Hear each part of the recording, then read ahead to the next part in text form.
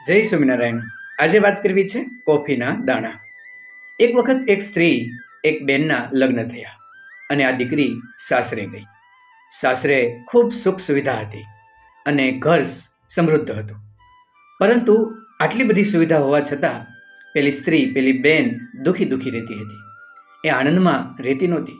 સંપત્તિ હોવા છતાં શાંતિ નહોતી અને ધીરે ધીરે તેનું શરીર સુકાવા લાગ્યું.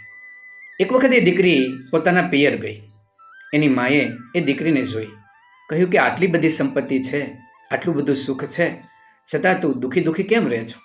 તને શાંતિ કેમ નથી મળતી? દીકરીએ કહ્યું કે સંપત્તિ તો ઘણી બધી છે, ભૌતિક સુવિધા ઘણી બધી છે, પણ કોણ જાણે કે હું ત્યાં સુખીથી રહી નથી શકતી, મને શાંતિ નથી મળતી. તેની મા એ દીકરીની વાત સમજી ગઈ. તરત રસોડામાં ગઈ, 2 વાટકા લીધા, બંને ચૂલા ઉપર એક એક વાટકો મૂક્યો, એમાં પાણી નાખ્યું અને પાણીને ગરમ કર્યું. એક વાટકાની અંદર એક બટેકું નાખ્યું અને બીજા વાટકાની અંદર કોફીના દાણા નાખી દીધા. ધીરે ધીરે ઉકળ્યું અને બંને વાટક્યા એ દીકરીને બતાવ્યા. કહ્યું કે જો બેટા, આ બંને વાટક્યામાં ગરમ પાણી હતું. એકની અંદર મેં બટેકું નાખ્યું તો એ બફાઈ ગયું, બીજાની અંદર મેં કોફીના દાણા નાખ્યા, તને કંઈ દેખાય છે? દીકરી કે નહીં બા, મને તો એમાં ક્યાંય કોફીના દાણા દેખાતા નથી. તો એ તમામ કોફીના દાણા છે ને એ પાણી સાથે ભળી ગયા, એની સાથે એક રસ થઈ ગયા, મનથી જોડાઈ ગયા, એટલા માટે એ દેખાતા નથી.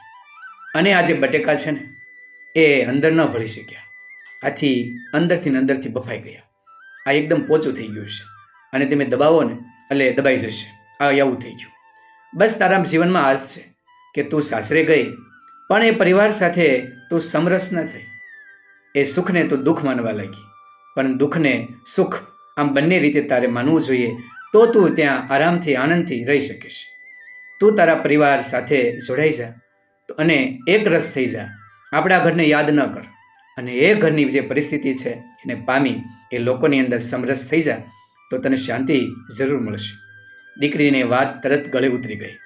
માના પગમાં પડી અને સાસરે ગઈ અને લોકોના વિચારો અને તેમના જે રીત રિવાજો સાથે ઘડાઈ ગઈ, સમરસ થઈ ગઈ, કોફીની જેમ ભળી ગઈ અને એ ભૌતિક સુવિધાની સાથે તેને આનંદ પણ આવવા લાગ્યો. અને બીજા સમયે જ્યારે ઘરે આવી ત્યારે ખૂબ આનંદમાં હતી અને માને ભેટી પડી. આમ દૂધમાં સાકર ભળે એમ કોઈ વ્યક્તિ બીજા અન્ય સાથે જોડાઈ જાય તો હંમેશા એ સુખી થતો હોય છે. એ દીકરો હોસ્ટેલમાં જતો હોય ત્યાં વિચારે કે હું રહીશ કે કેમ થઈશ, મને ફાવશે કે કેમ થશે, પણ ત્યાં જઈને એના મિત્રો સાથે એ જોડાઈ જાય, દૂધમાં સાકર ભળે એમ ભળી જાય, તો એ હોસ્ટેલ જીવન એને ખૂબ મીઠું લાગે. એવી રીતે સાસરે જતી દીકરીને પણ એ સંસાર ખૂબ મીઠો લાગે. શું આપણે કોફીની દાણા જેમ ભળી જઈએ છીએ ખરા? આપણા મનને પૂછવું જરૂર જોઈએ.